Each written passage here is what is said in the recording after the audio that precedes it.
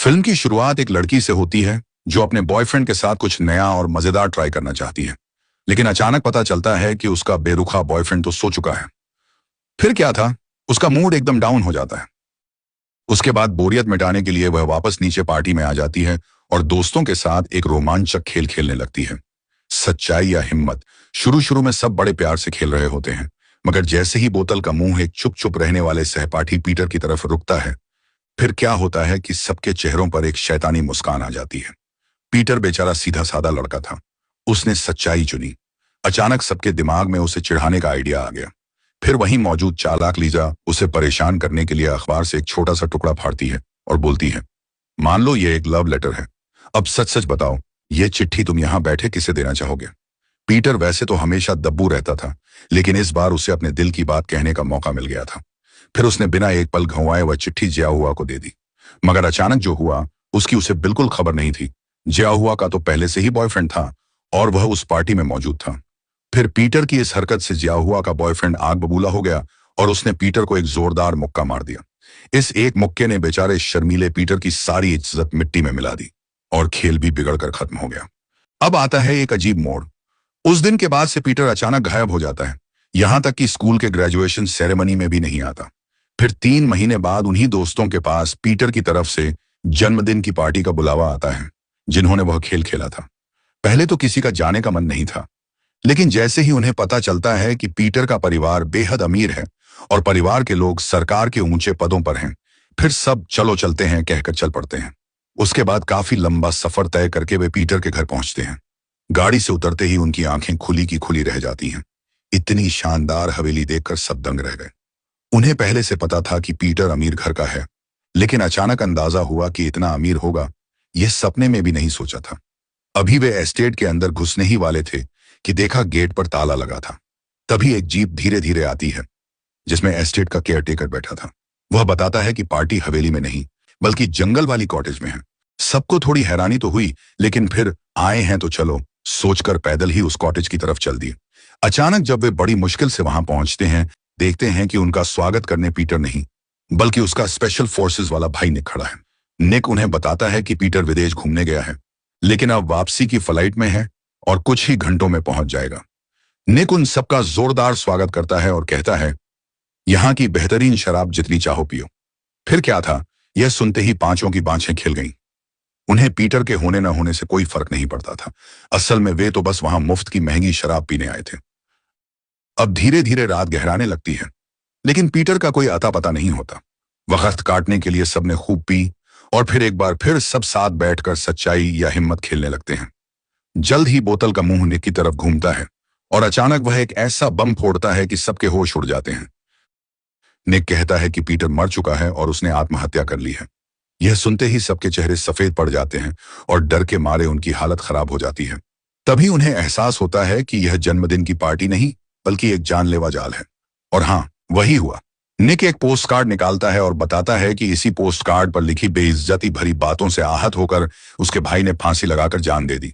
निक वादा करता है, अगर तुम लोगों ने सच सच बता दिया कि यह पोस्ट कार्ड किसने भेजा था, तो बाकी सबको सही सलामत जाने दूंगा। पहले तो सबको लगा कि निक मजाक कर रहा है और वे जबरदस्ती वहां से निकलने की कोशिश करते हैं।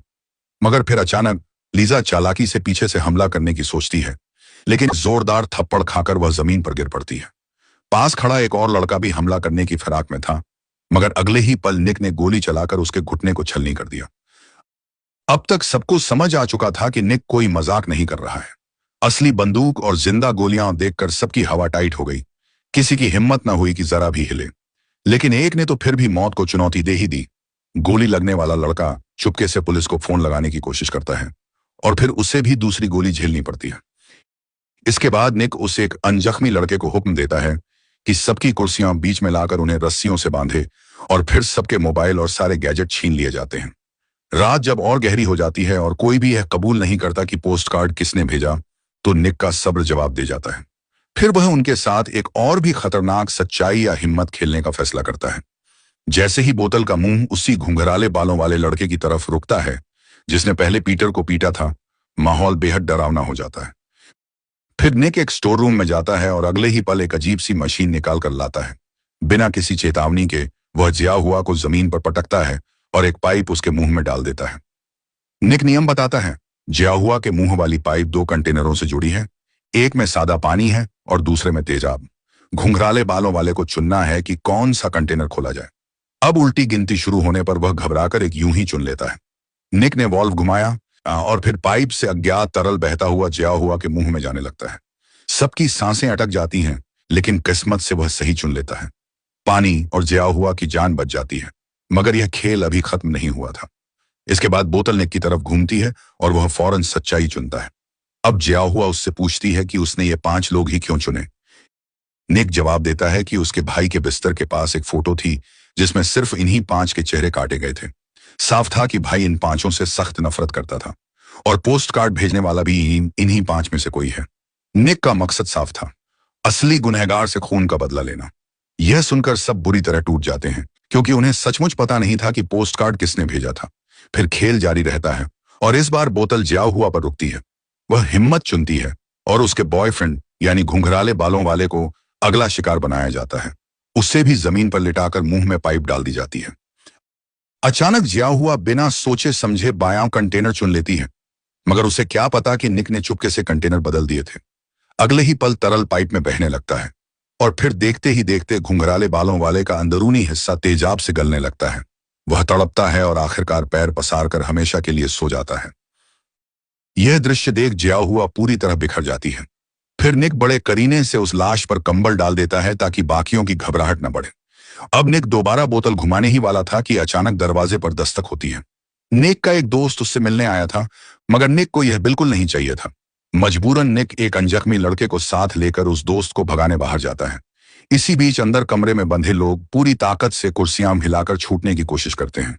तभी जियाहुआ को एक छुरा हाथ लग जाता है और वह बड़ी मुश्किल से अपनी रस्सियां काट लेती है। अब निक कभी भी अंदर आ सकता था, इसलिए जियाहुआ बाकियों को छोड़कर फटाफट खिड़की से कूद जाती है और मदद ढूंढने के लिए भाग निकलती है। रात के अंधेरे में वह भटकती हुई सीधे निक की हवेली में जा पहुंचती है। पहले तो उसे बस एक फोन ढूंढकर पुलिस बुलानी थी, लेकिन फिर जब वह एक कमरे में दाखिल होती है तो अचानक जो देखती है उसके होश उड़ जाते हैं। वहां निक का भाई टॉम जिंदा था। हाँ, मरा नहीं था, बल्कि कोमा में पड़ा था। बिस्तर पर लेटा ड्रिप लगी हुई थी और सामने बड़ी स्क्रीन पर कॉटेज की हर हरकत दिख रहा था। यह देख जियाहुआ उससे गिड़गिड़ाती है कि यह सब बंद कर दे, मगर अचानक केयरटेकर बंदूक लेकर अंदर आ धमकता है। अपनी जान बचाने के लिए जियाहुआ फौरन बिस्तर के नीचे छिप जाती है, लेकिन बूढ़ा केयरटेकर उसे छोड़ने को तैयार नहीं था। फिर मजबूरन वह उसे जोरदार लात मारकर बाहर निकलती है और एक ब्लेड उठाकर टॉम की गर्दन पर रख देती है। अब केयरटेकर के हाथ पांव फूल जाते हैं और वह चुपचाप बंदूक नीचे रखकर कमरे से पीछे हट जाता है।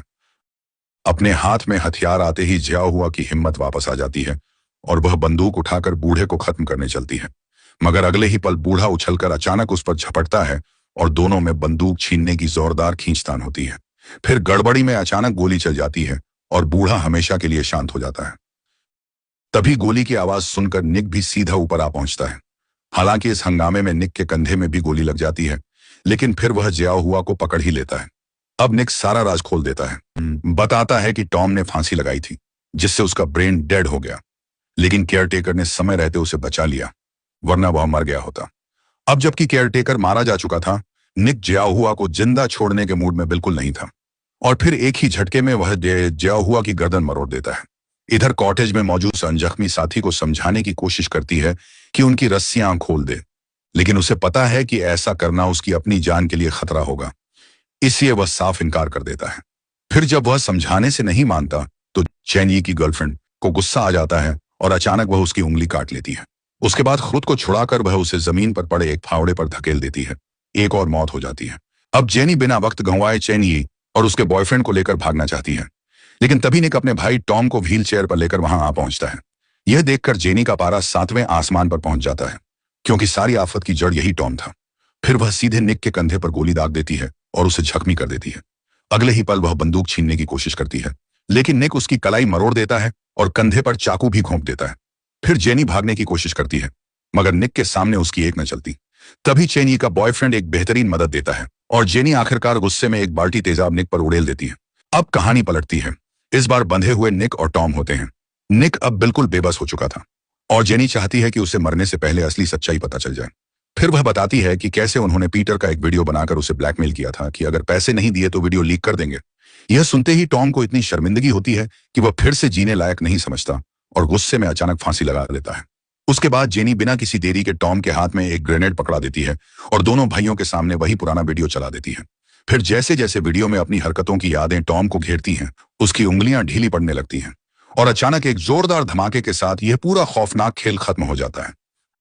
आखिरकार जेनी और उसका बॉयफ्रेंड कार में बैठकर उस मनहूस जगह से हमेशा के लिए दूर निकल जाते हैं और एक बेफिक्र जिंदगी जीने लगते हैं।